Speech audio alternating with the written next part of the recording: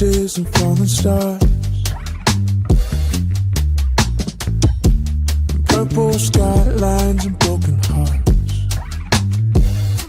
There ain't no taking that to the moon. Out here trying, but there ain't no room. No, good intentions fall apart. Yeah. And ooh, they don't know about us. They don't know about.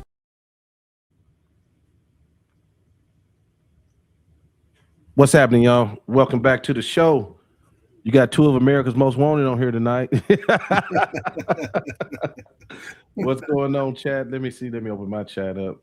Salute to everyone. Welcome back. This is one of my first lives in a little while. Tony, welcome back to the show, man. What's happening, sir? How's it going, man? Glad to be here. Yes, sir. Yeah, yes, sir. We're glad to have you. So it's been a lot going on this week. You had a hell of a show over on your show, Thank you. the Cane Corso Academy. But anyway, Tony, it might be somebody new here. I'll let you do the pleasure of introducing yourself. Yes, Tony Scandy, Cane Corso breeder, Scandifios Cane Corso, 37 years and going strong.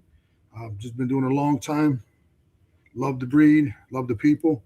Try to keep everything right for everybody. Try to keep everybody in the understanding of what's really going on. A lot of confusion in the country, in the world, actually, about the breed. It's a hot breed, man. It's a very hot breed. Everybody wants them all across the world. So, unfortunately, we got a lot of scrupulous people out there that are just breeding for money, man. And they're at all different levels. Right. Nothing about the love of the breed. Don't care what they breed. And that's why I came finally. You got me here, man. You, Whitney, and Pam. Yeah. But he's being pretty modest, too, y'all. So people going to hate when I say this, but he's probably the number one Cane Corso breeder. Now he is the number one Cane Corso breeder in the United States. Thanks, Joe. They don't like that, but it is what it is. Right. And they say, well, why you say that about them? I said, man, all the champions. The hardware is what counts. Right. You know what I mean?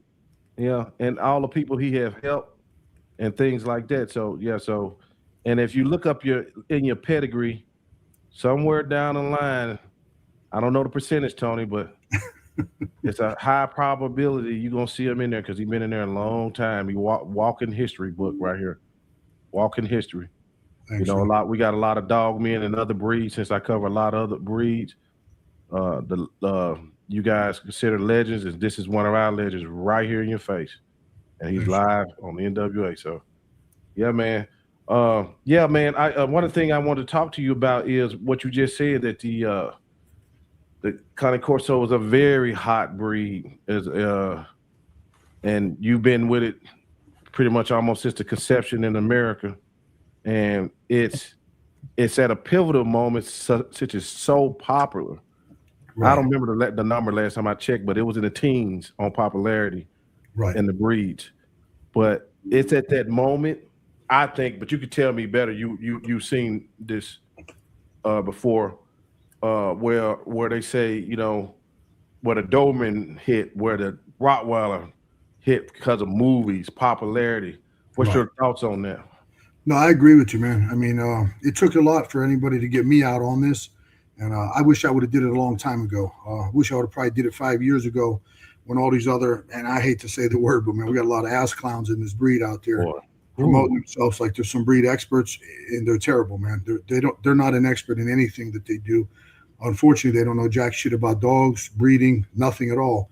What they do know a little bit about is hustling, hustle game. That's all they know. And they come on and they breed dogs. They find out about the money, and that's all it is to them.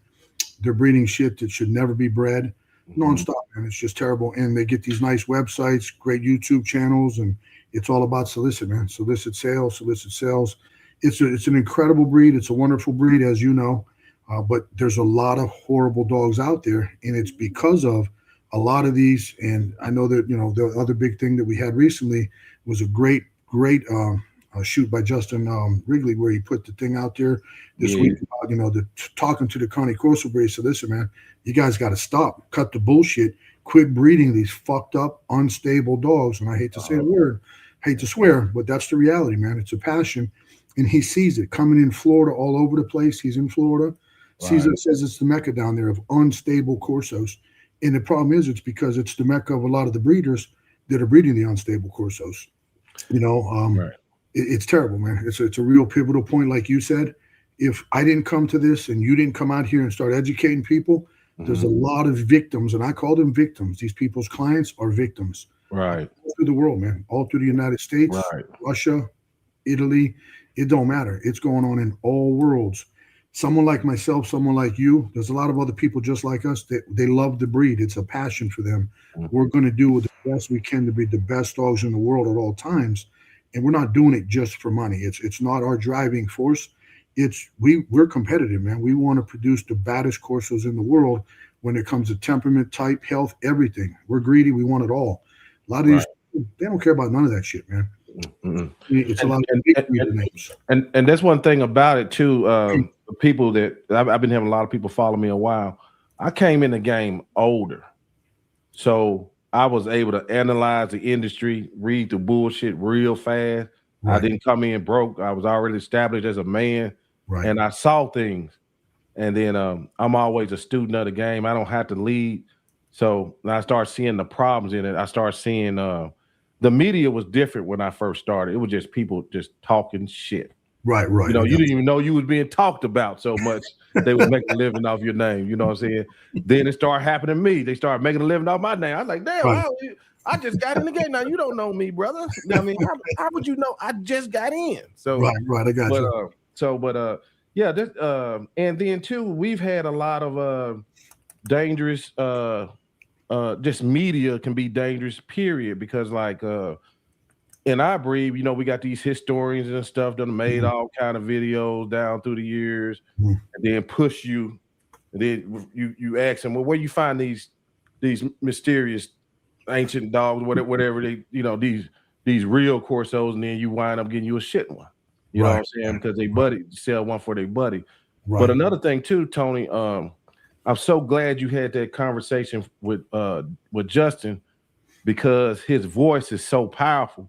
Right. And if he said something like, all Cane Corsos ain't shit, the trainers under him, they just gonna just take what he said and parrot. Yeah. And it was a bunch of them just parroting. Right. He's powerful, man. Right. He's very powerful, man. He's a great person to have within the breed and even talking about the breed. And here's the reality. Even though it was a very negative video, it was accurate. And here's the problem. We need him, like I got a lot of credibility with people all through the world, not just in the country, through the world. My credibility in the breed is strong because of what I've done and what I've accomplished, but I don't go out there and train. I'm not training dogs. I don't have time. I'm a breeder. His profession is training, and that's what he does.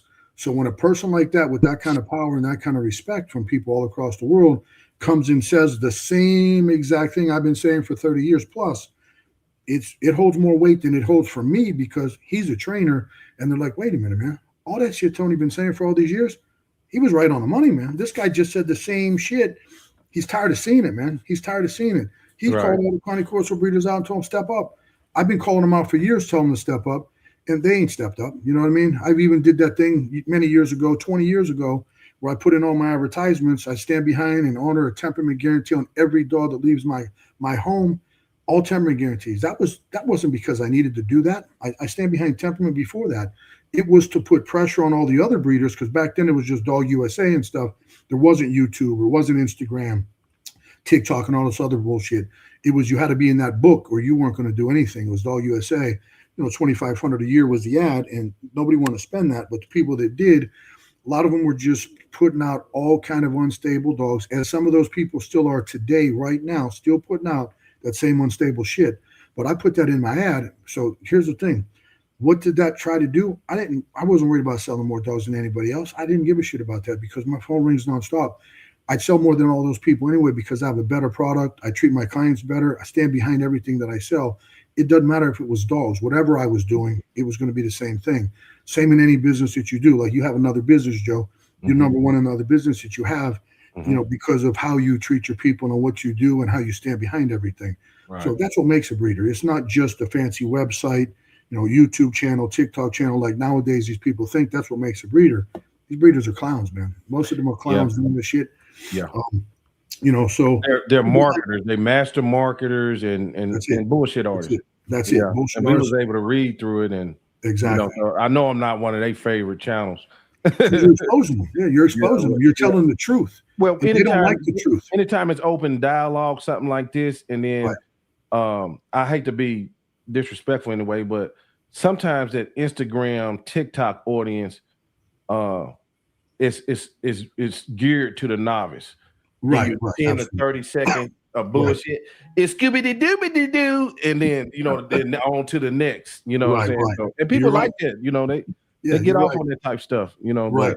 I've seen some of them. Oh yeah. It's flashy clowns out there. Yeah, they good with cameras, bro. Right. Some real clowns out there, man. Yeah, I never say names on anybody. I just hate to do names. But there's the one guy out there that's got a big channel, man. It's comical to watch him. He's a Doberman guy, and he's called and asked us to be on the podcast. I have no interest because I've watched him and I listened to him. He's clueless, man. The dude don't know how to breed. He don't even know standard. He doesn't understand genetics. He doesn't understand shit. He just talks, man. He just talks. Go on and talk and hype this up and hype that up. Well, if you've got any little bit, this much of an education about breeding, you realize this guy don't know jack shit about nothing. He's got, 100,000 or 100 million followers and shit. He had to buy a bunch of those because nobody could sit and watch that. If you're educated, I like the guy. Seems like a cool guy, but you don't belong on the internet, man. You're not a famous breeder. You've never done shit for the breed.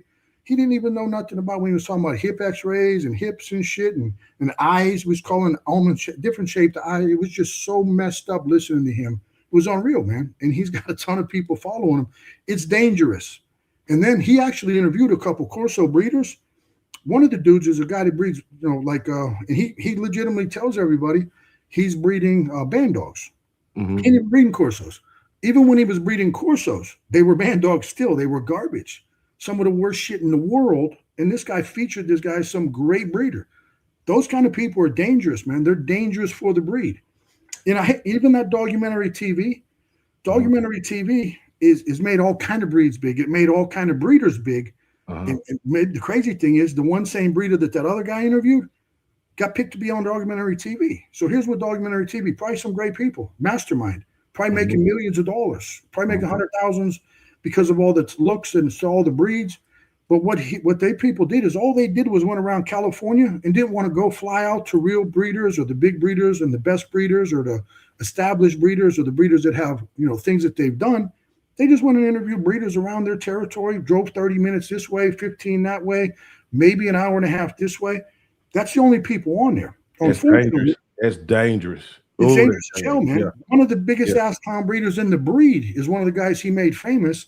And that guy mentions another ass clown that's got the worst temperament in the world. Don't stand behind a goddamn thing. Temperaments are terrible. The dogs don't even look like Corsos. Shows a bunch of dogs on the video that look like Neapolitan Rottweiler crosses and mixes because they are. And he made these people famous. They're charging $10,000, $20,000 for dogs. Damn. Did I pay them to get them out of my yard? It's terrible. Shit like that's dangerous, man. And documentary TV is looked at as a respected thing. And, no disrespect to them. Right. It's not their fault that they did that. But if they wanted to do things the right way and cared about the breeds and it wasn't just about making money, they'd have flew out to different breeders and found out who are the top breeders that really did things in this breed, in Dobermans, in Rottweilers, in Shepherds. They do all the breeds. Big, huge thing. You know what I mean? It's dangerous. Yeah. So you got to stretch out to find the best guys. Like I don't think anybody whoever anybody said they ain't made mistakes, podcasts and doing shit like I do it, you lying. Lying around. The difference between you, Joe, and all these other people, those guys got ass clowns out there still. The video's still out there. They should pull that shit off, man, and realize that they're really ruining breeds. You interviewed probably 2 jackasses in your life in our breed. They're gone. Their videos are gone. You took that shit off. And it was just you trusted them. They made some sense in the beginning, and then you caught on real fast and said, man, these guys are full of shit. 30 people called me about all the lies, and I'm like, so I had to pull a video. Yeah. You had no choice, man. Yeah, because I give a shit about my audience. Right, exactly. This YouTube money, that ain't shit to me. I make money in real life. So I really care about what I put in front of the audience. And plus, Tony, I'm in the game with y'all. Y'all know me. These breeders know me. Right. So I get held accountable. Right. More than any other channel. You know what I'm saying? I can't get away. No, they'll crucify and I don't you. want to. Here's the deal. Like I tell people all the time, I'm walking around. I got a bullseye here.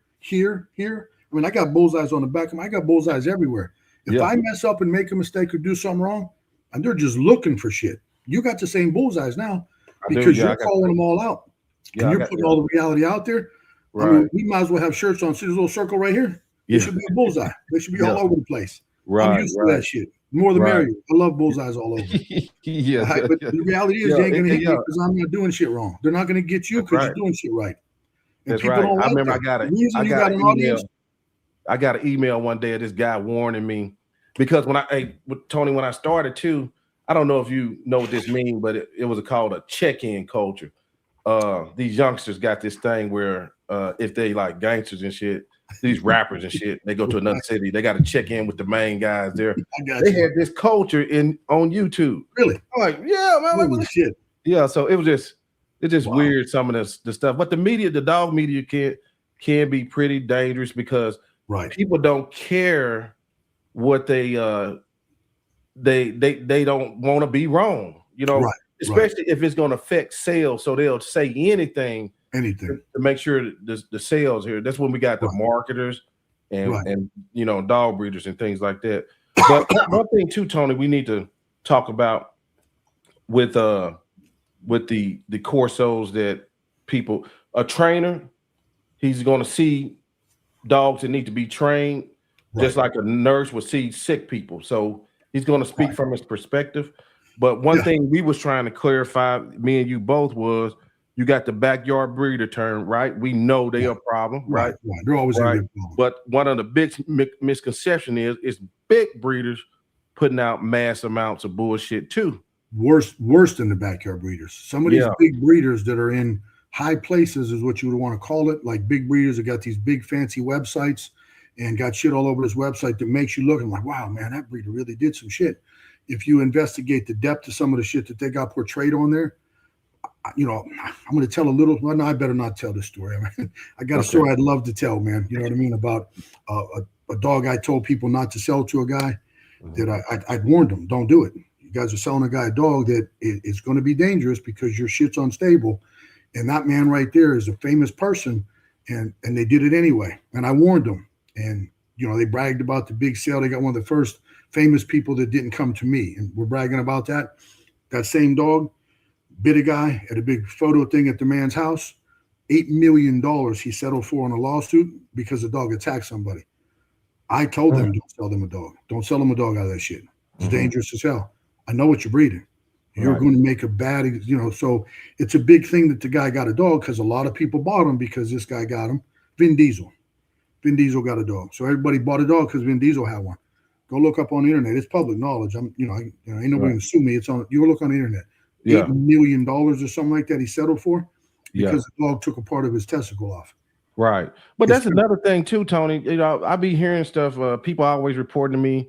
I mean, if I drop a documentary on some of the emails and videos I've seen of dogs in these dudes, they chest stuck out kennels, the public will be surprised. Like these trainers get on these podcasts talking big stuff. They almost like algorithm talking. The Cane Corso ain't nothing. But you hear about they dogs almost done killed people, NBA stars, family members, and all kind of stuff. You know, this all kind of. The thing you mentioned about trainers, Joe. The good thing about trainers. So here's a positive aspect, but then there's a negative aspect. So like that, Justin's a highly respected. We both respect the hell out of the guy. Just an incredible trainer, knows his shit and knows what he's talking about. The biggest problem is majority of the Corsos that he's getting to see are the problem dogs. People are bringing him the dogs with problems to try to, can you fix this? Can you fix that?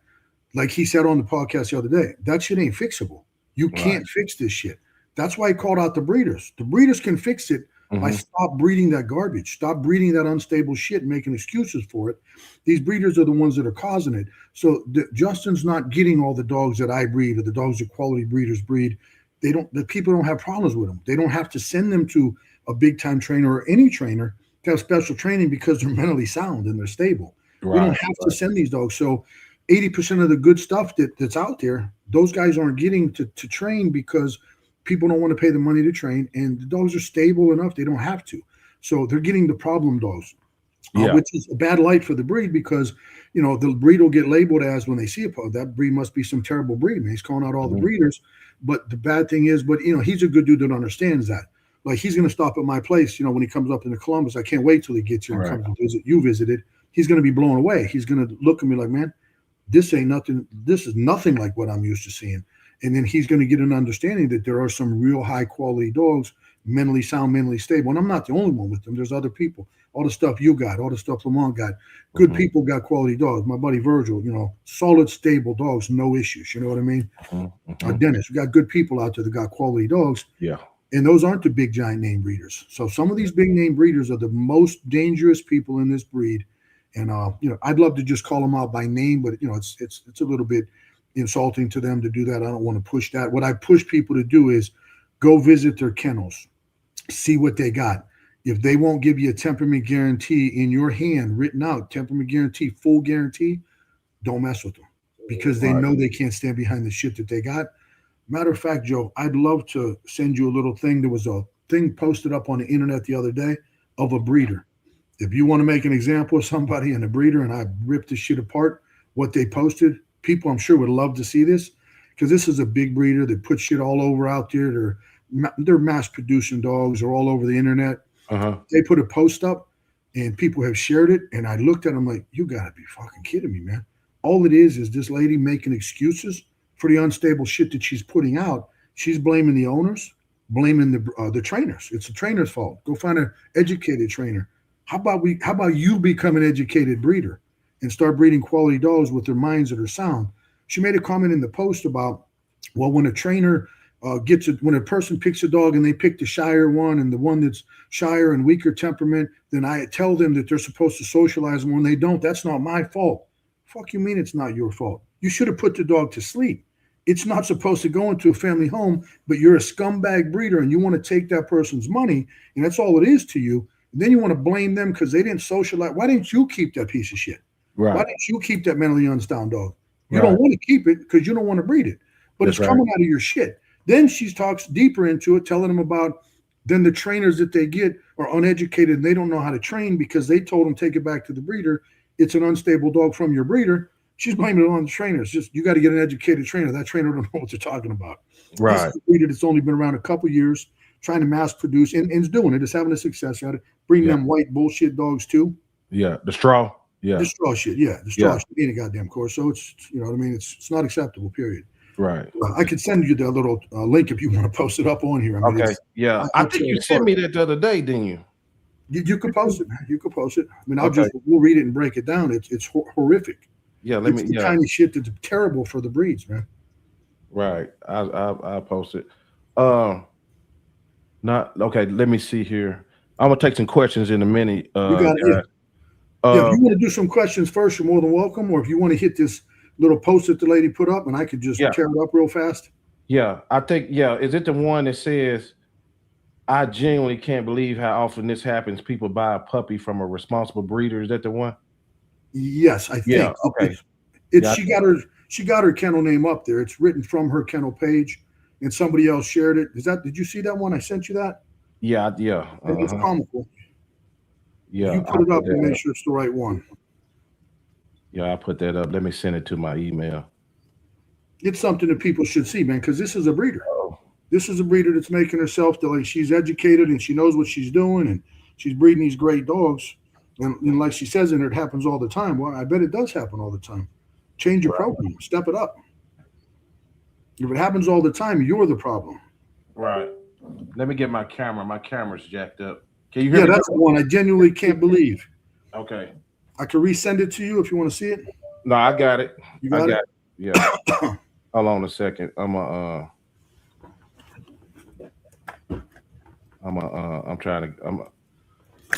join StreamYard. Can you hear me? Yeah, I can hear you. I can hear you. Bear with my camera. Okay, you're all right. Yeah, I don't know how none of this shit works, man. I haven't shared. Okay. Studio. Oh man. Okay. And I'm gonna put this up.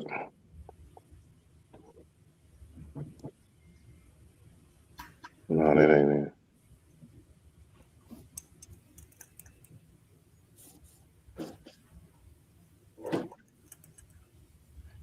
Yeah, I don't know how to do this from my phone.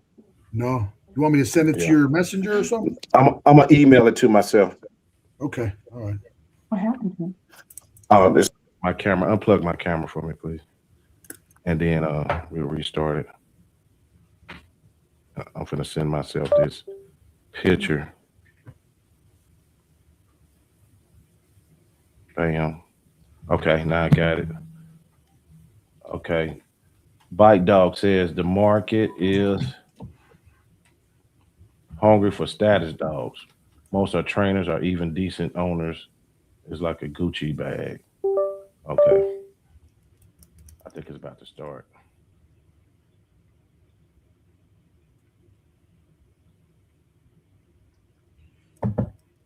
Okay. Yeah. You want me to go over some of the stuff where they're commenting or?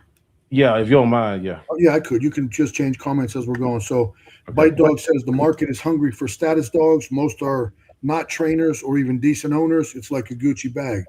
You know, the bad thing is the guy's right. You know what I mean? He's right. And these breeders out there know that. And they're breeding a bunch of shit. They don't, this garbage, promoting it the right way and like a Gucci bag to the people, just like he's saying. The market's hungry for that. And the problem is with the market, there's a very uneducated market out there that's buying dogs like they're a Gucci bag. You know what I mean? They see an ad on the internet, you know, like all these women are running and buying that comfy shit, that comfy sweatsuits, comfy or whatever the hell they call it. They're buying dogs the same way. They're seeing it on TikTok, you know, all this different shit, and they're buying them like crazy. It's the same thing what he's talking about. It's like a status thing. They're buying them. And they're getting a bunch of unstable shit. Okay, Joe, you got it up there. Yeah. Okay. So let me go over it right now. Are you able to come back on too, or? Yeah, I'm working on my camera, so you could just kind of take over for a minute. Okay, here, I'm going to just go ahead and read this so people can read along with this. All right, so it says, I genuinely can't believe how often this happens. People buy a puppy from a responsible breeder. They're happy with the decision. They praise the dog for months, and then they go to an incompetent trainer, allow the dog to be mishandled, and slowly ruin what was once a stable dog, healthy young dog. Now, here's the reality. Could that happen? It could happen. A trainer could ruin a dog, but a trainer can't normally ruin a quality dog with a good, stable temperament. A trainer can ruin and destroy a dog that's an unstable dog already from the whelping pen. So the problem is a lot of these breeders that talk shit like this are raising unstable dogs, and the people are happy with it because they've told them all the great stuff about it. And majority have never owned another dog, so they don't know what a basket case they got until they go to the trainer. But could it happen? That could happen. It could be ruined, but that's not the case here because in this, the depth of this, we're going to keep reading along and we're going to realize it's nothing to do with the trainer. It's the breeder. It's the genetics. Okay, so also a year later, instead of taking responsibility, they blame everyone around them except themselves and the trainer for what are clearly socialization failures. Suddenly, the dog is labeled as having fear aggression. Well, unstable dogs, skittish dogs, at about a year, start developing fear aggression. They don't have the balls to be aggressive when they're younger, but it gets a little more aggressive as they get bigger and older. It's a seriously dangerous dog that should have been euthanized probably when it was younger, but the breeder's going to make every excuse possible not to replace the dog, not to stand behind the dog, and not to euthanize the dog. This is just the type of thing that Justin talked about. That's what he's seeing is these unstable dogs coming in nonstop that should be euthanized. All right, so it says, let's be very clear. Fear aggression does not come out of nowhere. It doesn't apply magically. They're correct on that. It starts in your whelping pen. It starts with the parents of the dogs you're breeding. That's where it starts. But this person is not educated enough to understand that. They should understand it, but they're making excuses for it. Okay, so let's keep going. It develops from a lack of proper socialization, structure, exposure, and correct guidance. Now, this is the crazy one. This is insanely crazy. If you choose a dog that is naturally more shy and the breeder tells you socialization is critical, then it's critical. It is not optional. It is something you can't skip. What the fuck kind of real breeder that's respectable and has morals would sell somebody any dog that's naturally more shy? You don't sell dogs that are naturally more shy. You don't sell dogs that you tell people socialization is very critical. She's telling them the right shit because she knows she's selling them garbage dogs that are mentally unstable, and the only possible chance of somewhat rehabilitating it or working around and modifying the mental instability is a lot of socialization. So she's already setting them up for failure, which shit should have been euthanized, never should have been sold. I don't sell dogs that are shy and fearful and timid. You don't sell those dogs to somebody. She's not the only one. A lot of these big breeders out there, these big name breeders, unfortunately, a lot of these, board of directors on these big clubs, they only in these positions to be able to social or sell dogs and capitalize on sales and use those positions for sales, for soliciting sales. They're breeding the same kind of shit that this woman's breeding. All right, it's the same shit they're putting out left and right. It's terrible. So then she goes on, if you choose a dog that's naturally more shy, okay, I already said that, it's critical. So if the Cane Corsos are not properly socialized, they will develop fear. A Cane Corso not socialized, it's a normal Cane Corso, confident dog, stable, ain't going to develop fear at all. Fear is developed in the whelping pen. Fear is developed from the genetics of what's behind it.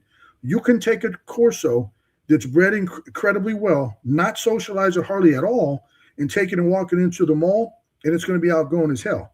You can take a Corso that's bred unstable and take it into the mall, and it's going to be scared to death and crouching down and pissing itself and scared to death of the world, no matter how much socialization you give it. So right. She's totally full of shit, man.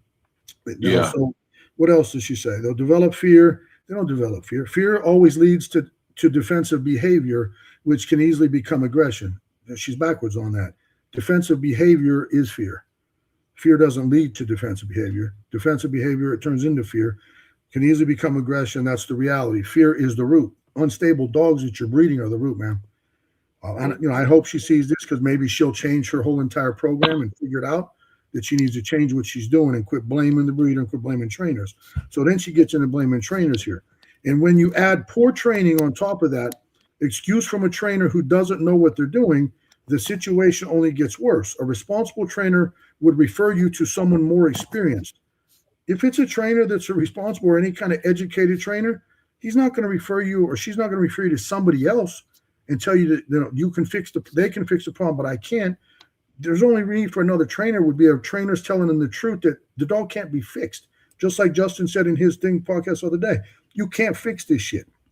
You're not going to fix it. You need to go to another trainer. The woman's making every excuse in the world to not stand behind her products.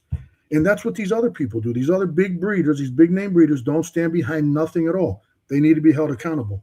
So let's see, let me go further.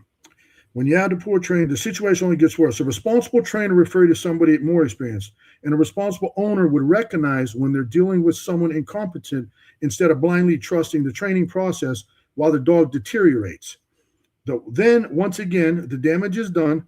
People blame the breeder, blame the dog, blame the world, but never themselves. I've been doing this 37 years. This is the same typical bullshit that unscrupulous, scamming breeders been telling their clients for years. It's their fault. They did it.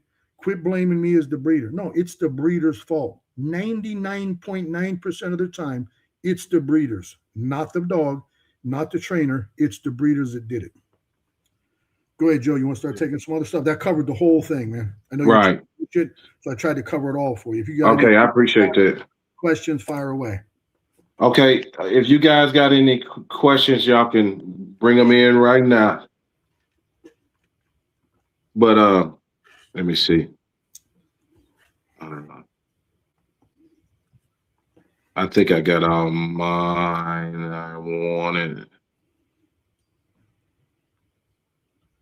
Oh, I did want to say,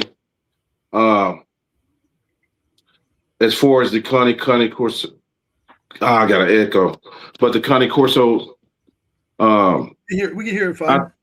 Okay, but I think that these podcasts are helping a lot of people. I know that we kind of been leading the charge in bringing a lot of breeds together.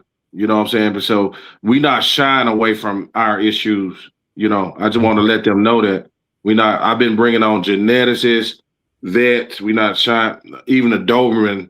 We got people that's coming on talking about the Doberman. So it's kind of like for all breeds, you know, bettering the breeds and awareness for the breeds.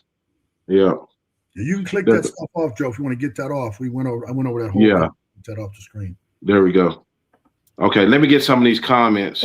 Okay, yep. I just told someone, this is Whitney. I just told someone this week their 5-month-old Corso can't be fixed, and I wouldn't allow her to hire me because I knew the training wouldn't work and would just end up biting someone in the long run. That's because she's an ethical trainer and she's telling them the truth. And, hopefully that the people understand and take that, and understand that she knows what she's talking about, that the dog can't be fixed. That's a real trainer. She's like Justin. They're not going to take this shit and take your money and tell you that they're going to train something that's not fixable. They're going to be honest with you and tell you, I can't fix this shit. Nobody can. If you want to go to somebody else and get screwed out of thousands of dollars, go right ahead. Go back to your breeder. Try to get a replacement, which is what they should do. Unfortunately, a lot of these breeders, even the replacements will be messed up the same way because that's what the program is. It's a really bad position to be in. A lot of those people that I've gotten, I've told them, listen, here's the deal. You don't want to get a replacement from them. You don't trust anything they got. You're better to just take the loss of the dog, either take it back, humanely euthanize it yourself, and then just get another dog from somebody else. You're better off to spend the money on a quality dog that you go visit and see, then learn that it's quality and stable, than blow another $2,000 or $4,000 or $5,000 with a trainer. I just had a really nice gentleman do that, man. He had a dog from a trainer or a breeder, messed up, unstable. Actually tried to train him with Lamont. It ain't fixable. Lamont tried his ass off. It ain't fixable. Can't fix it. Yeah. Dude brought it back to the breeder and dropped it off, man. He don't want nothing to do with them. Got a dog from me the other day. Whitney's doing a training on it. Incredible, confident dog, man. You feel bad for these people. But, everybody tries to just take to the trainer and spend that extra money. There's no reason, man. You know what I mean? Yeah, that's true. Tony, too, like you have a lot of guys say, now this is a talking point that you probably don't hear, but I hear it a lot. Talking about the Cane Corso ain't what it used to be. And could you explain what it used to be and what it should be? Okay. Yeah, no, absolutely. I could get into that. So here's the catch. You're going to hear a lot of the people say that because they have still a bunch of unstable shit. And unfortunately, what it used to be, there was a lot of unstable dogs out there. Now, a lot of breeders like myself have worked our ass off to get that shit totally out of the gene pool. Unfortunately, you have all those breeders out there still doing that shit, breeding that garbage. So it ain't much different than what that used to be for them.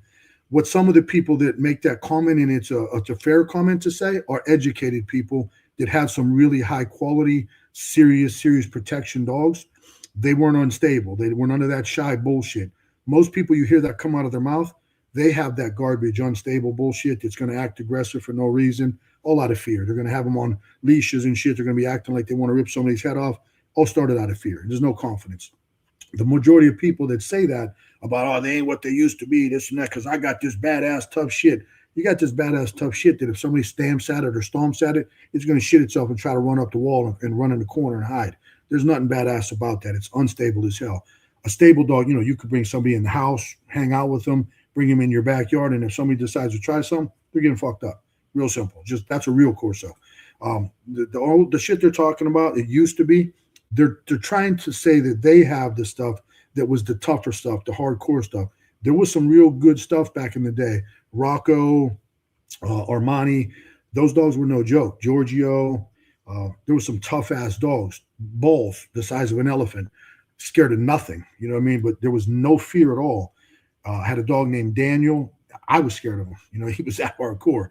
But there was none of this fear bullshit, you know what I mean? No hackles up, acting tough with their hackles up. They didn't have to have their hackles up because they had confidence out to a zoo. There was no fear at all. They're trying to say that, they ain't what they used to be. They didn't have that shit. Most of these people didn't have any of that stuff. That stuff was extremely, extremely too tough anyway. That stuff had to be way watered down and cooled off. Nobody can handle that shit right now. Nobody. It's not a dog that anybody could use. I brought that up with Justin in the podcast the other day too, about people ask for something and want something. The people that are out there promoting that kind of shit, they're going to be taking dogs back left and right because nobody out there really wants that. Nobody can handle it, man. You have to be a professional trainer or know what you're doing with the dog, a professional breeder, to even handle dogs of that quality and that character and caliber. It's too much dog for somebody. That's like giving a racehorse to my daughter rides a horse. That's like getting my daughter a racehorse and at 12 years old putting her on it. You don't do that shit. It's something that don't happen. She can't ride it. It's not safe. Right. She's going to get killed. These dogs that they're talking about like that, somebody's going to get killed. It's going to happen. It's not safe. So, but most of the time they talk about that old stuff, like you hear it all the time. They're full of shit, Joe. They don't have that old stuff. They got a bunch of unstable shit that'll act aggressive as hell for no reason. You know what I mean? Most of them, that's what it is. Is that what you're running up against and seeing? Is that why you asked a question or no? Yeah, I just want you to point that out because that's a talking point in this media space. You probably don't hear. Okay. Another talking point is I'm gonna bring it up. It don't got nothing to do with this. Is because I'm covering a lot on band dogs and mixed breeds and pure breeds and all. So I'm covering that topic. And one talking point everybody like to use is, well, pure breed is a pretty much a new concept. It's a man construct, but it's not a new concept because it started in the 1800s. All the dogs, every dog in the world, all these purebred dogs derive from something. They all derive from something. Right. The biggest thing is this breed derived from other breeds, mainly the old world Roma Molosser way back in the old days.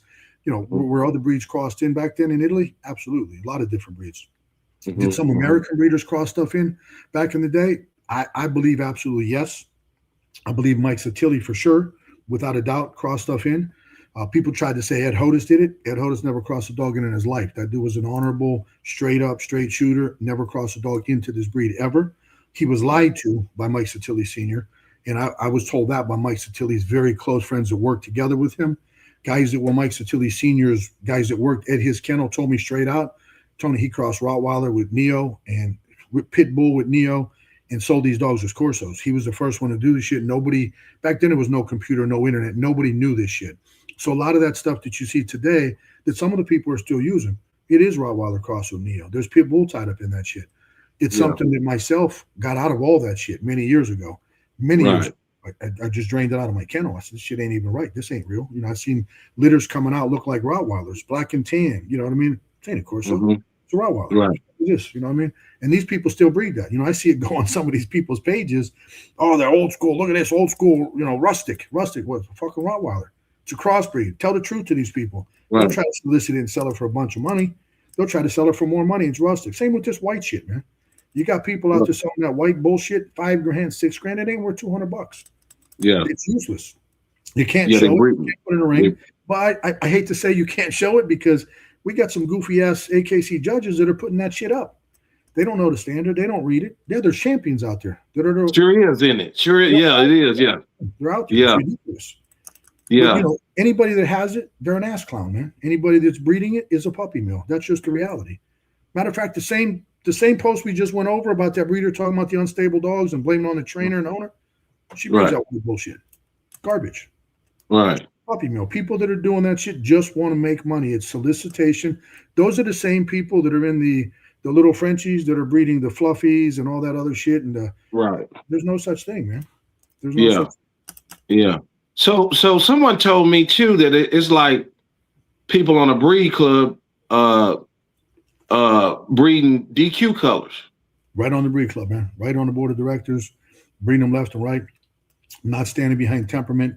They don't hold their board of directors to any standard whatsoever or their people whatsoever. The only standard that they hold their people to is you better vote the way they say they're going to vote. You better throw out who you want to throw out. It's corrupt as hell, man, just like any other thing. Total corruption. They buy a bunch of votes, 30 votes apiece, and, they don't let people in the club so that they can never get beat out. I don't want no part of those clubs. I don't want in them. I do my own thing. I don't need those clubs for nothing. Those people want those positions, and they hold those positions because they use them as just to solicit sales for them and their group of people. So those people that get on those boards will kiss the asses of the people up top, because if they don't, they're not going to be on the board of director, and they can't sell their dogs. They got a bunch of garbage, unstable shit from those same people, but that's how they monopolize, and that's how they keep control. Those are some of the worst people in the breed, unfortunately, Joe. I mean, it's just the way it is. One thing somebody brought to my attention, I had some trouble. I had some run-ins with some breeders, presser breeder, and hearing some rumors about a Corso breeder being on this board. Both of these guys are members of the board. While y'all over here messing with media, with my media, and then you see them over on other media clowning and doing what they want to do, but they want to come disturb my stuff, and they sitting on the boards of these people, these clubs. So I found that it was very interesting when I'm having run-ins and problems with guys. They sitting on the boards of these clubs. You're going to get it, Joe, because you're honest and you're exposing the realities. They don't want that shit exposed. Even in our own breed club, they used to have a thing in the bylaws that you weren't allowed to talk about anything at all in that club or anything with a board of director, only addressing it to them. If you talked about, like, they put a muzzle on you, like when you signed up in the club, take your muzzle with you, put that son of a bitch on, because you ain't allowed to talk about nothing. It was terrible. Shit. It was terrible shit. Right. Let me get some of these out there, man. And unfortunately, and it's in all the breeds, man. Some of the breeds, other breeds, not just Corsos. Yeah. Like you said, Pressas, Borbles, whatever it is. A lot of these people in these breed clubs, it's only in the club, and the club only exists for solicitation of sales for themselves and the little group of people that they want to keep around them and keep control of. It's unfortunate. It's crazy. Yeah, I was steady seeing somebody show me a comment of this presser breeders steady disrespecting me. While we on that, Mr. Curto, the presser Canario, I invite you and your son on my show. I know somebody gonna send this to you. Mr. Curto, I would like to invite you and your son on this show. But anyway, Javier Noriega says there has always been and always be a percentage of Corsos that will be produced that are unstable. Here's the problem. That's only because there's a bunch of pieces of shit out there doing the breeding with that shit. If they stop, there won't be any. Just like any other breed. If all the pieces of shit that are breeding that unstable shit stop, there won't be any bad dogs anymore. But he's right, because they're never going to stop. And that person's right. The explosive says the black and tans are trash. They're absolutely trash. They're a Rottweiler. It's a throwback of a Rottweiler that was crossed into the breed. Right. Trash, no white CC. He said it again. They're trash too. Any of that white bullshit's trash. Yeah. I don't know who explosive is, but he's telling the right shit. Here's one for you. Now that's got to be this guy don't have an education right here. Whoever said that, you can't learn anything from Celine. He don't know shit about the breed at all. He's going to tell you a bunch of old bullshit history that somebody fed him. I think it was Sotilli Jr. The guy couldn't educate anybody. He can't educate shit. You can't learn anything from that person unless you want to buy some dogs that don't have papers, that aren't Corsos, that are band dogs. There's nothing you can learn from that man. Nobody can learn from that man. Nobody. And if you learn from him, that's like, man, how do you want to say it? Like I can't even tell you that's like a professional baseball team and somebody's learning from the little league coach. That ain't even that shit. You can't learn any level of anything about this breed from that man. It's not possible. He doesn't know shit about the breed. He's never done shit in the breed. He's never championed a dog. I don't know if he's ever shown a dog. I don't think he's ever done anything with a dog other than talk shit and start a channel and run his mouth. Put a guy like that on here and let's have a debate with a guy like that. Make him look like an asshole totally for the whole entire time, and he'll want to get off within probably 5 to 7 minutes because I would make him humiliate him with showing what lack of knowledge the man has. Yeah. That's simple.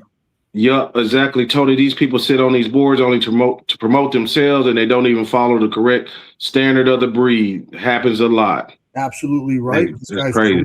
It's worse than that. It's worse than that. They try to change the standard of the breed to fit the dogs in their backyard because they changed the look of their dog in their backyard. So they're going to change the standard now to fit what they got in their backyard. You don't change the standard of the breed to fit what you got in your backyard. Change your dogs to fit the standard of the breed. The breed should all follow FCI 343 across the world. Every other country does except for us, because our board of directors, they got their own little standard committee that want to make a standard to what they have in their backyard. Let's change this. Let's change that because I got it. They were gonna add the black and tan years ago, but I called them out on it so publicly they stopped that shit.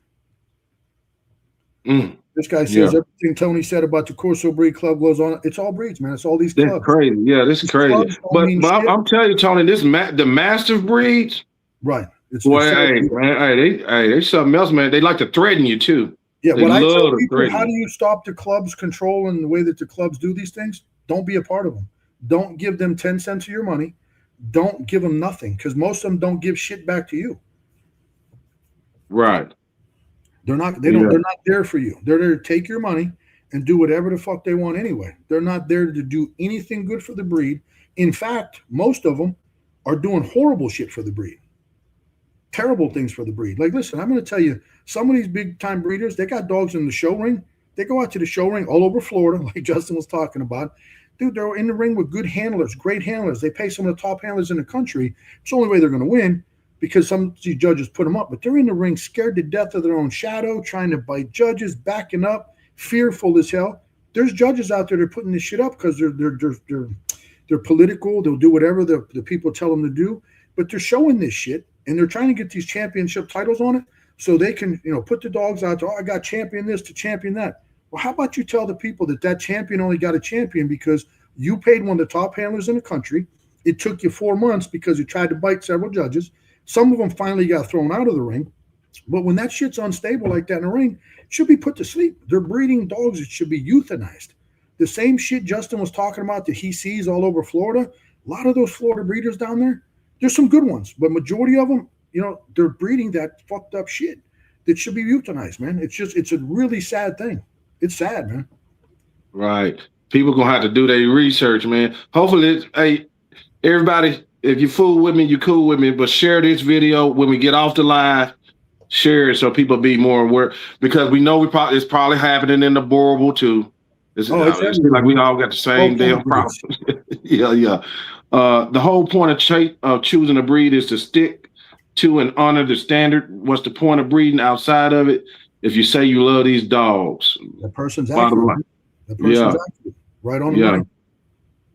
Yeah, when they said do your research, he's right on the money. Do your research. The bad thing is, though, even with doing your research, when you look at some of these websites that these people have, you think they're Jesus Christ, like they've done it all. Like, these people are out there promoting, oh, I got the dog of the year, 2 years in a row, dog of the year.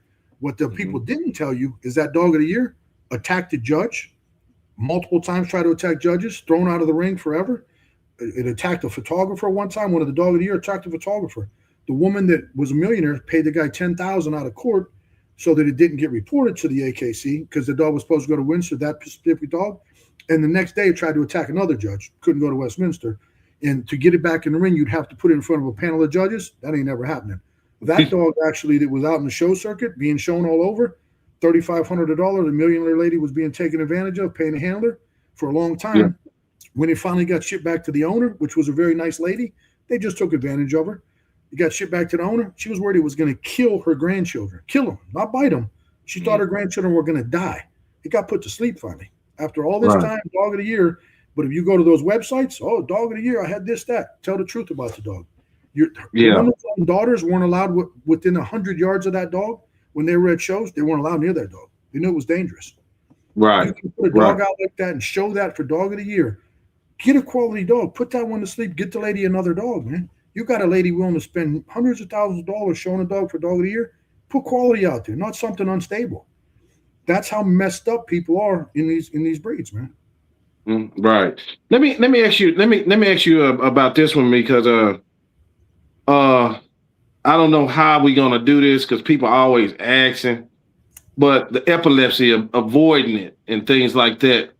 What is there any resources out there where like breeders can watch for the pedigrees and things like that, where they could be educated? Do we have anything out there like that about they have a thing online. There is a pedigree database or something with the it's about epilepsy, course with epilepsy, and the people show all these different pedigrees. The only risk and worry with that is, I mean, I've seen a lot of them, and a lot of them are correct. I know a lot of them for sure are accurate. They're definitely accurate.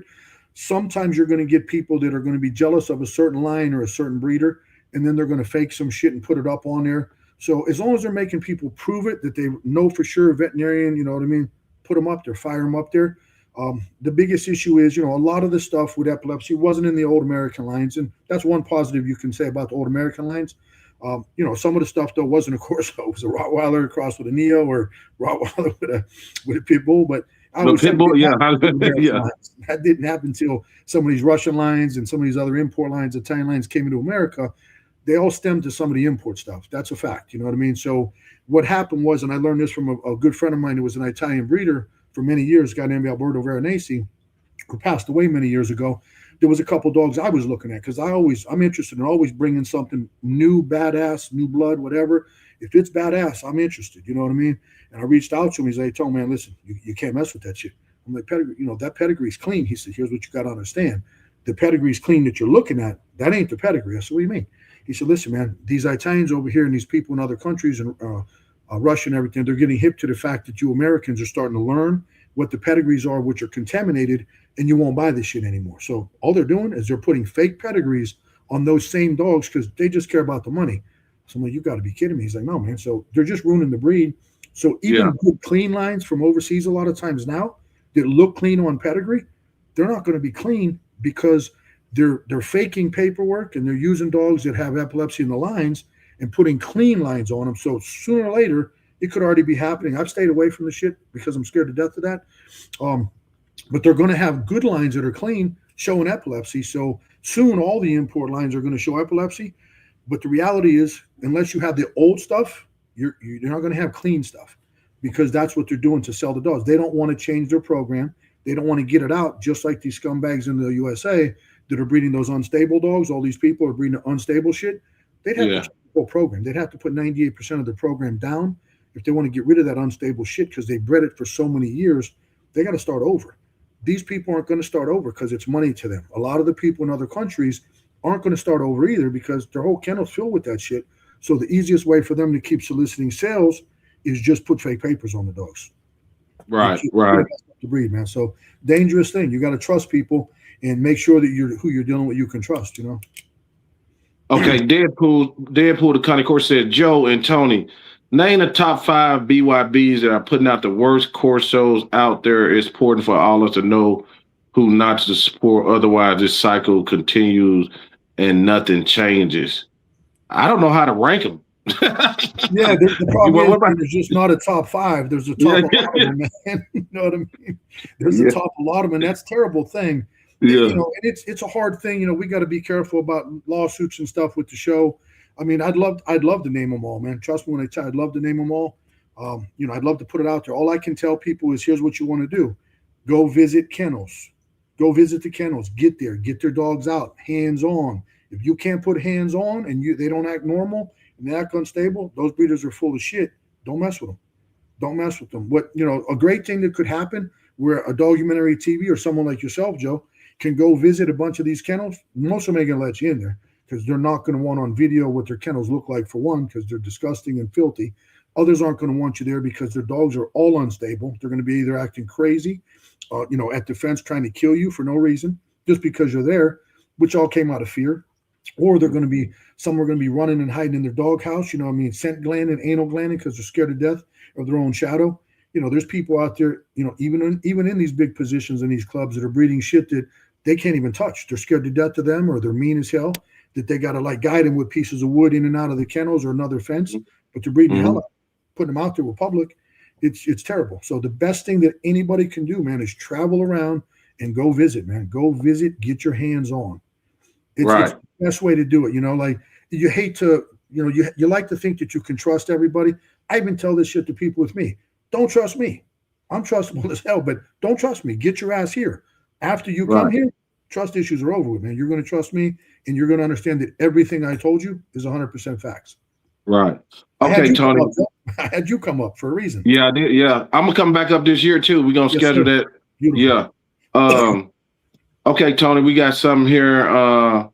He said, Chase Bowling, I have seen a lot of beautiful dogs from you, but not going to lie, every time I hear you talk, you say 37 years in every sentence, and your book seems closed, and it's a big turnoff in my book. Hold on, wait a minute, Tony. I can give him a good answer. Okay, he says, no disrespect, but there's a lot of positive things within the breed, and there are a lot of great breeders, but different visions. I guess they used to be having nice shows. Here's what I can say. We got to have some hard shows sometimes. Yeah, here's the deal. So as far as the 37-year thing, I'm going to continue to say it because people watching need to know. And not everybody has watched every episode like maybe Chase has. But Chase, you're doing a good thing watching all the episodes. So, if you don't like the part about the 37 years, just get a coffee at that point in time when you hear me talk about that. It's no disrespect to you either. So and then your comment is no disrespect, and there's no disrespect back. There's a lot of positive things within the breed, and there are a lot of great breeders, but different visions. Here's the catch. If you're a great breeder, you don't have a different vision. To be a great breeder, your vision has to be exactly what I'm promoting: stability, confidence, health, fearlessness. That's a great breeder, period. In any breed. It doesn't have to be this breed. So great breeders in all working breeds and all breeds, period. I don't care if you're breeding poodles. Great breeders have the same vision. A different vision, explain the different vision. And then we can discuss if the different vision's worthwhile, because a lot of the different visions people have about making excuses for unstable dogs and saying that they have a different vision, theirs are unstable, it's unacceptable. They're a puppy mill. That's their different vision. But whatever he has, Chase, go ahead and put on there whatever different vision you're talking about. Roman Price says the AKC has open registration for Borbals since 2015 to 2030. It's not being advertised by ABC, American Borbal Club, to keep most breeders out. They were put out of the OFA chick program. Dogs not pure. Damn. The crazy thing is with that here, that's the same thing with our breed, man. Our breed was open registration in the AKCs too, and it still should be. Our breed is only closed because one of the people on that board club decided that she wanted to lie to everybody and pretend there was a vote by the members that want to close the breed club, the registration, and nobody did. It was all a scam. It was a lie. They closed the AKC open registration, and their reason was what they said in public with themselves on the meeting with themselves is, well, if we close it, all of our dogs will be worth more. Their dogs won't be worth shit. We're not going to tell everybody. We don't want everybody to know. That's why there's so many just ICCF Corsos out there and not AKC. They're not registered AKC because they wanted to close those books. All of theirs were, let's get all ours registered AKC, and then we'll just keep everybody out. It's all a money thing to them, man. And I like to see that theirs are open from 2015 to 2030. That's 15 years. I think our open registry, maybe 4 years, 5 years, they shut that shit down quick. And it was also a personal vendetta from the one woman in the board, right now still there, against Chris Hodis and Ed Hodis, who are very good people, who owned and ran the registry.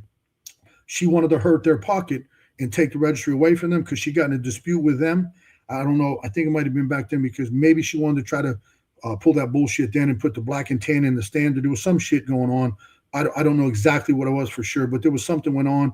They were in a little heated debate, and she just pushed to shut it. And remember, she keeps all her people on that board of director. They'll all lie with her, and the majority of the voters will vote and say that on the board. But the members, that it wasn't true. It was false. She lied. And there's other board of directors, past and present, that would be able to, tell the truth on that. So the 15 years for the Borbals, that's outstanding, man. Should have been in the Corsos too. 416 says different visions. I think he's responding to Chase. There's a standard for a reason. Trying to change it to suit your vision is just ridiculous. If you don't like what the standard is, why get the breed to begin with? This is another issue I'm seeing, Tony. Mm-hmm. Like I say, you don't see this stuff. I know you don't pay attention, but it's a big mixed breed movement, but they add in dogs, right? I'll say designer, not even trying to make a breed. I think they're just trying to bring in colors, right? Right, okay. But they don't want to let go of the Cane Corso name. They don't want to let go of the Borbal name. They want to bring in a breed and still call it Cane Corso, call it Borbals. Right. Because they're the popular breeds right now. They're the popular breeds. So you get a lot of these people out there. It's funny, I watched the show and I think you had the guys on, Joe. No disrespect to them, but I watched the show and I thought it was comical as hell. You got guys on there talking about the Corso and talking about, oh yeah, they're not a real breed. They were crossed this and crossed that. And now they're recognizing this, but they were just a breed. We're breeding this. It's some Pressa, whatever the hell, Pressa something, or that little Bud McKenzie, like crossing a bull. They're crossing like 5 or 6 different breeds. You know what I'm talking about? It was crossing some different breeds, making it like a bull terrier head with a different type of body. What the hell was it called? I remember that video. Yeah. Well, I think I know what dog you talking about with the what do they call it? They're making up a breed is what they're doing. They're making up a breed. But the funny thing is, the comical thing of it, they're talking about making up this breed, that they're projected to make up, and they want to get their own registry and stuff. But the same guys that are doing that were the same guys that are talking about the Corso, and it was mixed with shit many years ago. But they're trying to do the same thing, but they're talking about they only breed two litters a year. They're not going to live long enough to create a breed with 2 litters a year off a couple of different. Do you know what I'm talking about? What they were? It was like a bulldog, bull terrier like type head. Man, you can't remember. The one guy supposed to be judged something before. It was 2 guys. You talking about that? I don't know the name of that dog. I know that I could see the dog in my head. Okay. And it has a bull terrier head. Did you interview them, or was that some other podcast? No, I didn't interview them. Yeah, it was some other podcast. Yeah, but I know, I think I know you talking about the Chad Mayo breed that got. Mayo, there you go. Mayo something. Mayo, yeah, I don't know. Yeah, I think the dog may be called Mayo something, yeah. It was comical as hell, man, because you're watching 2 guys that are claiming educated, like they can make this breed, but knocking a Corso from, 25, 30 years ago of different breeds into the breed that's actually a purebred dog. It's a registered purebred dog. Whether people like it or not, it is. It was the breeds, but it's a purebred dog, and it has been for a long time, and that's never going to change. But the same people that are criticizing that are trying to create a breed, crossing a bunch of different breeds to make something that was their vision. It was comical, man. It was comical. Right. Yeah. Okay, let me get you a good one here. Explosive. That's Cornell. These are the type of conversations that the dog world need, would love, and hope to see more of this from more channels. Yeah. Well, man, you're going to keep seeing it. We're not done yet. It's going to keep going. And you're right. This is what they need. Better Breed is an organization that works with DNA. Now, can you explain what paper hanging means and why some breeders do that? And how would someone know before they purchase? What would be the purpose of that nowadays? I mean, I wouldn't even get it. Well, here's the paper hanging thing, and I could tell you a story I just heard yesterday from a really nice guy that I talked to. So what I was talking about with the paper hanging over in Italy, in other countries, they were hanging papers of clean bloodlines that people know are clean, epilepsy free, on dogs that had epilepsy in their lines that they were breeding, because they know that we're learning what lines have the epilepsy, and we're not buying that shit anymore. Nobody's buying that stuff. So for them to continue to sell dogs, it's all about money. So they're hanging papers on dogs overseas that are from dogs that are epileptic in their bloodlines, but showing lines that aren't, just so they can make a bunch of money off us and the other countries and stuff, because people are learning and catching on. We're seeing these lines consistently producing epilepsy left and right. So they're paper hanging, all about money. It's something that should never happen. Nobody should ever hang papers. There's a call I got yesterday. I talked to a guy, very nice guy, was telling me a story about a lady out of Florida, and he got a dog from her, and it was a basket case, unstable as hell. The trainer that he's working with, the trainer called him and said, yeah, you know what? She just took back another female from that's unstable as hell, and she's going to breed it and this and that. And this guy was like, man, she's no good. And, breeds like crazy. And then he told me, he's like, yeah, told him, I was there, and she told me, yeah, listen, here's the real dad of that dog, but he's only ICCF. This guy's AKC. So the papers are going to say this is the dad, but the real dad is this dad. I mean, she's just hanging shit so that now they can take the ICCF dogs that are just valueless. Everybody looks at ICCF dogs as valueless. They accomplished what they wanted to accomplish when they shut the stud book down. If they're not AKC, they have no value. You can't show them. You can't do nothing with them. They have the value what somebody is willing to pay for them, but would anybody educated in the breed want an ICCF dog? Absolutely not. So they got some cheap dogs, probably went and bought some cheap dogs somewhere, and they're faking papers and putting AKC papers from maybe some terrible dog that they bought off some backyard breeder, and they had a nice ICF dog or whatever, and maybe put it on papers. They do all kind of shit like that. It's just not, it's not respected. It's something that should never be done. I've been accused of it before. This real asshole a long time ago accused me of it. I've never hung a paper and will never hang a paper in my entire life. 37 years, I'm going to say again, I'm sorry, but I got to say that. But I would never hang a paper. That would ruin the lines that we're working with. That would ruin everything that we're doing. I would have suggested nobody ever does it in any breed. All you do is destroy what you're working with. If you don't know the background of it and you're hanging papers, you don't know what the hell you're working with. It's the dumbest shit in the world to do. So paper hanging is really for scammers, and it's for people that just trying to find their way from ICCF to AKC, or to find their way out of unstable lines and say, oh, they came from these stable lines. I've had people call me and try to buy papers off me. offer me $500. You know what I mean? I'll give you $500. What are you, crazy? You couldn't give me $5. I'm not selling you a goddamn paper of mine. I'm looking at a stack of paper on my desk right now, 12 inches high, a foot high of papers I got on my desk. They'll get burned. They'll get burned. Yeah. They're not going to ever get sold. But other people sell papers. You know, you can go online and buy papers from somebody for $100. They'll sell you all kind of papers. People don't give a shit. It's those puppy millers, backyard breeders, and that's where that comes from. You know, some of the most respected breeders, they don't do that shit. Some of those bigger breeders I'm talking about, they're breeding that unstable shit. Some of them have probably done it. It should never be done, man. It's the worst thing in the world in any breed. Right. He says, personally, Saladin was the first one I seen talking about the Corso. You may have seen him talking the first one, but he was one of the posers when I started this show. It's something good for everybody. The only reason it was the first one that he ever seen. He was the only one sitting in his mother's basement at 50-some years old that didn't have a life, that could sit on a computer and waste his life doing that shit by himself down there. And that's the only one that you saw because he was the only one that didn't have. He was the only one doing it at that time. But he was a bigger poser of mine. You can't do this. You know, like I'm supposed to check in with them. So y'all can praise them type guys if you want. Yeah, you know what I mean? This, like Oxy Warrior 3030, no disrespect to you, but once you educate yourself a little bit, you'll kick your own self in the ass and be like, what the fuck did I even mention that asshole's name for? That guy's a scumbag, and he's always been a scumbag, and he's never done jack shit. He can't educate you anything. There's nothing he can teach you. If you have a son that's 7 years old or a kid that's 12 years old, go ask them questions. They're going to give you the right answers more than this asshole can give you one. It's not possible. He doesn't have an education, man. He's not breed educated. It's that simple. And you can pretend he is or think he is. Maybe normally, Oxy Warrior, this guys that like this guy got some bullshit that he sold them because they believed his bullshit. They got some ICCF paper dogs or some other registry that ain't even ICCF because there's other people that made fake registries to register their fake dogs. So if that's the case, that's unfortunate. Get rid of all the shit you got and start over, man. Learn from the right people. You're learning from somebody that you shouldn't be learning from. I think he came in late. This is just ridiculous. ICCFF for the Cane Corso is the original standard. AKC is trash. Let's face it, y'all pushing that AKC shit.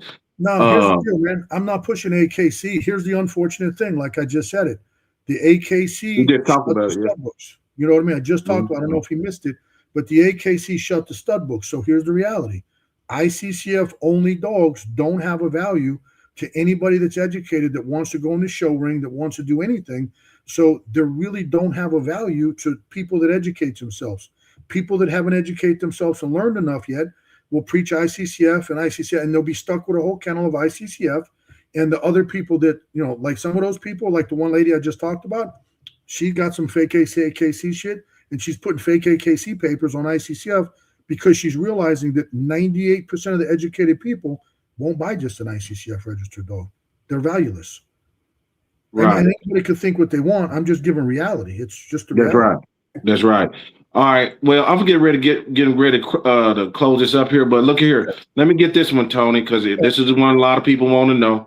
Okay. The brindle pointed Cane Corso, known as Plud, was not a non-standard color. If you look at his pedigree, shows that 10 pointed dogs were Corsos. Okay, now he's making an accurate point. Plud and David, not just Plud. I'm sure he's seen David too. So Plud and David were in the beginning of this, way in the beginning of Corsos being even registered in Italy. They were part of the original foundation of the dog. Those were brindle pointed, but if you look at the dogs and you study pictures, they were not just brindle pointed. The brindle on those dogs went all the way up inside their inner thighs, up into their ass, up into the shoulder. A lot of the pictures make it look like they're just brindle pointed. Brindle pointed would just be at the base of the paw and stop at the wrist. Those went all the way up into the leg. So you don't affiliate that and say that's a Rottweiler type color. Now here's the reality. If you talk to the old Italian breeders over, and I talk to many, they'll say that was influenced from a Beauceron. I mean, I don't know where it came from. That's just what I heard when I was told over there. Could it have been? I don't know. Do those dogs have some of them same color markings? Absolutely. Is that in the standard, in FCI standard, and acceptable, or American standard acceptable, or any standard in the world acceptable? Absolutely not. But no, nothing wrong with Plud. Plud was Flood was what made this breed what it is. Flood and David. Those were huge parts of history, but we're talking, I don't know, 35 years ago? I don't know how long. 40 years? Long time, man. 40 something. Right. No. Right. So look at here. Now. Y'all know Tony got I ain't gonna let him give out too much tonight. He got his own podcast, and that's what it's gonna be for, where you can ask Tony and Pamela, Baymax, Cane Corso, and Whitney. They over there with him. So y'all go to that. What's the name of that Facebook page you got, brother? I'll be honest with you, I don't even know, man. The Corso podcast. I think it's called the Cane Corso Academy with Tony Scandy. There you go. Yeah, you know better than yeah. Yeah, the Corso Academy with Tony Scandy. Yeah. So hey, let me Chase Bowling. Chase Bowling been with me a while, I believe. Okay. But he says he on you tonight, Tony. He's like, what breeders do you think are good besides your lines? Just wondering.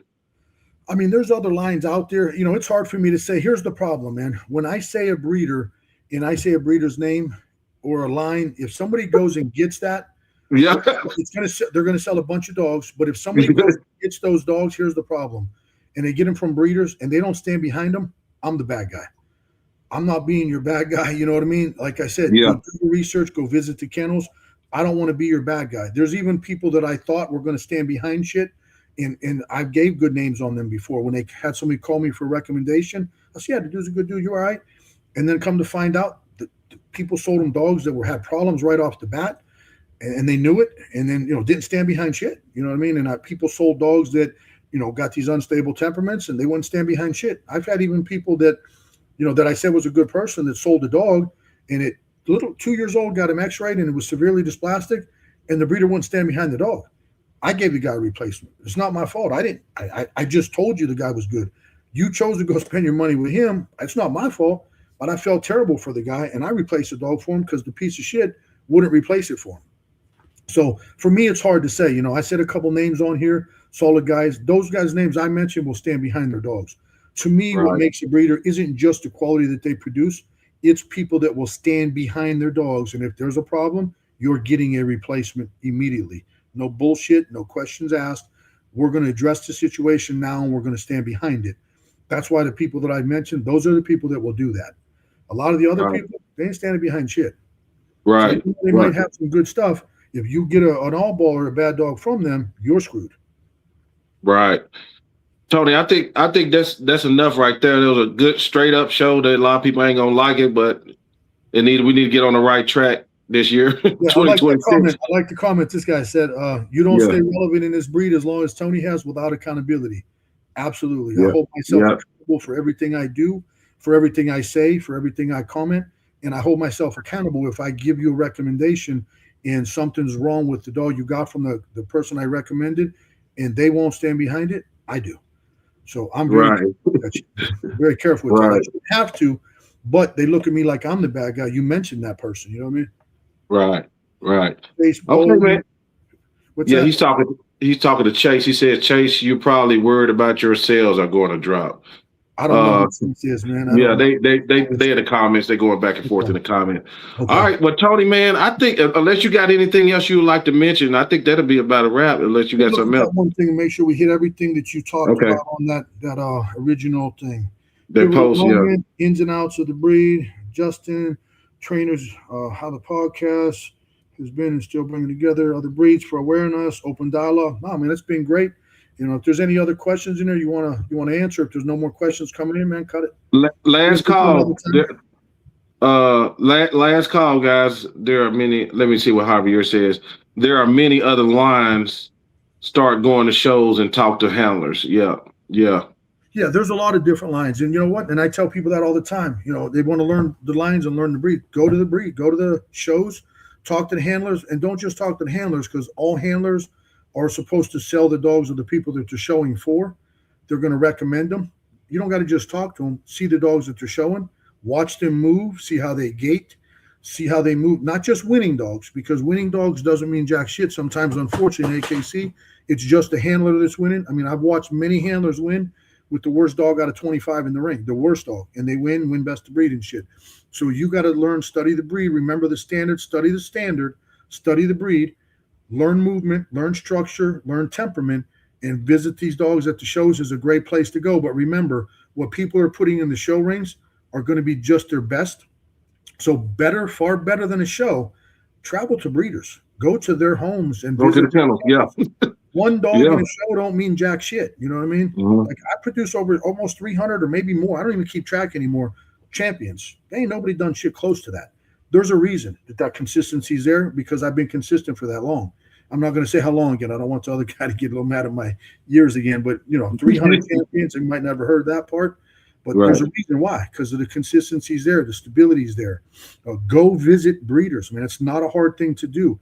Don't waste your money going just to a show. Get your ass to a kennel and go visit at that kennel, man. That's going to tell you everything. Get your hands on. See how the dogs are kept and cared for. See if you can take a leash and walk a dog around. Like I'll tell you one last story. This is a crazy story. So about 2 months ago, I get a call from a guy, wants to know if I had any females that I'd consider parting with. And really, I didn't have anything I wanted to let go. And I was honest. I said, man, listen, I got one female that's maybe a little older, probably 2 more litters, and that's it. Well, no, I'm interested. I went to this breeder and I was going to buy a male, man, but man, he was unstable as hell. Dog was crazy, mean as shit. I spent like 3 hours there. The dude kept trying to sell me the dog. I said, what the fuck did you sit there 3 hours for, man? The dog was trying to bite him, kill him. He said, it just wasn't working. I said, dude, once you got there and you seen that in the first 5 minutes, time to go. These breeders are trying to sell this shit to people.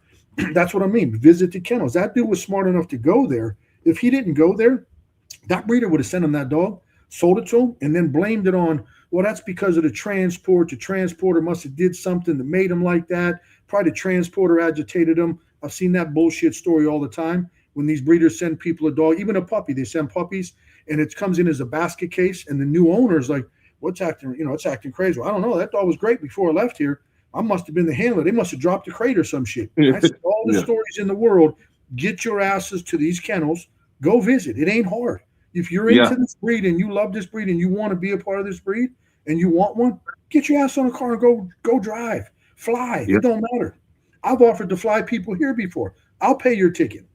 If you're in California somewhere and you want to come learn to breed and you tell me you traveled to all the California breeders and a couple on the West Coast, I'll pay your ticket to fly here just so you could see my shit in comparison.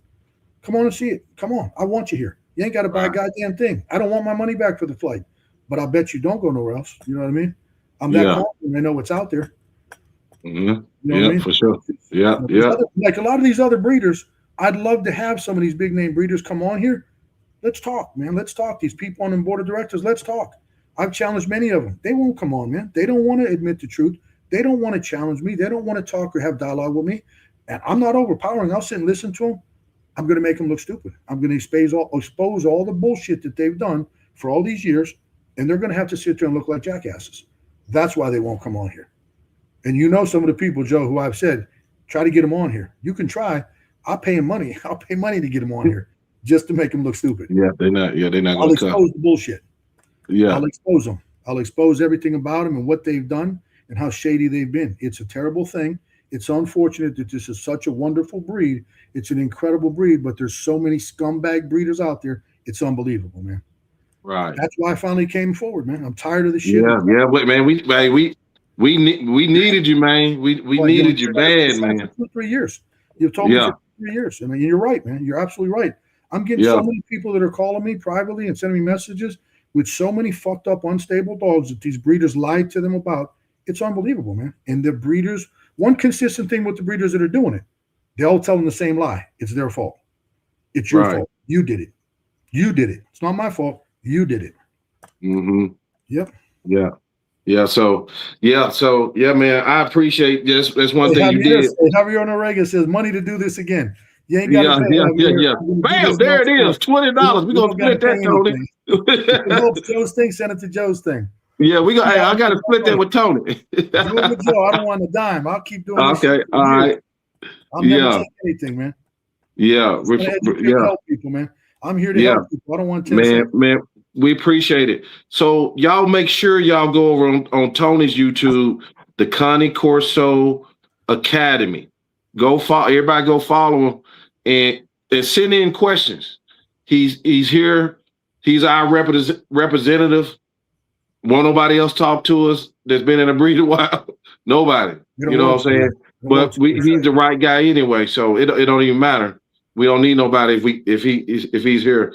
So if it's some really good podcasts out there that's real, about helping people, I'm pretty sure Tony probably don't mind some of them too. So, but yeah, he should be on like Garrett Wing's podcast. He should be on big podcasts, man, because a lot of people don't know who Tony is and how instrumental he's been in the breed. So go follow him on all platforms.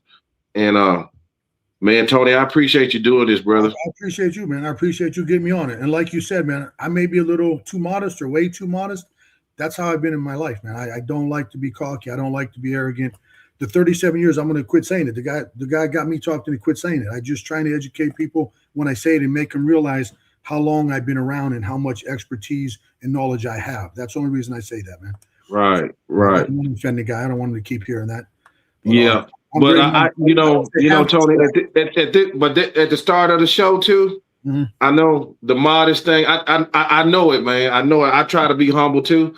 Right. But man, where we at now, I mean, you have to kind of be aggressive because of where the breed is headed. Right. You can't if they don't like it. Right. I mean, it ain't nothing you can, ain't nothing you can do. You know what I'm saying? I don't even address, Joe, all the shit that I've done. Like, you've never heard me even sit here and give a list of all the accomplishments, awards, police dogs, real police dogs. I don't even say all that shit. Like, one day I'll sit down and just put a list together and like let somebody like that hear it all or have it all. But I just don't like to be that cocky, man. Yeah, I feel you. Okay. Any more questions? You're always welcome, man. Looking forward to the questions. Yeah. All right. Okay, guys. Well, we out. We'll see y'all the next one. And that person's right. Being humble allowed big mouths to advance in silence. He's right on the money, man. And that's why I'm here. He knows it. My being humble allowed all these jackasses and con artists get ahead and keep advancing in silence, and some of them not in silence. But I'm done. The humble is over with. I'm going to at least start talking and helping people and educating, load up all the questions. I love coming on your podcast. It's great, man. Yeah, man. All right. Well, thank you, Tony. All right, Joe. We out. Step into the realm of canine wisdom with our podcast, NWA Cane Corsos, where we interview dog men and women from around the globe. Discover their talents and insights on breeding, training, nutrition, and the rich history of dogs. Tune in to the most underrated yet influential dog podcast on social media. Your journey into the dog world starts here.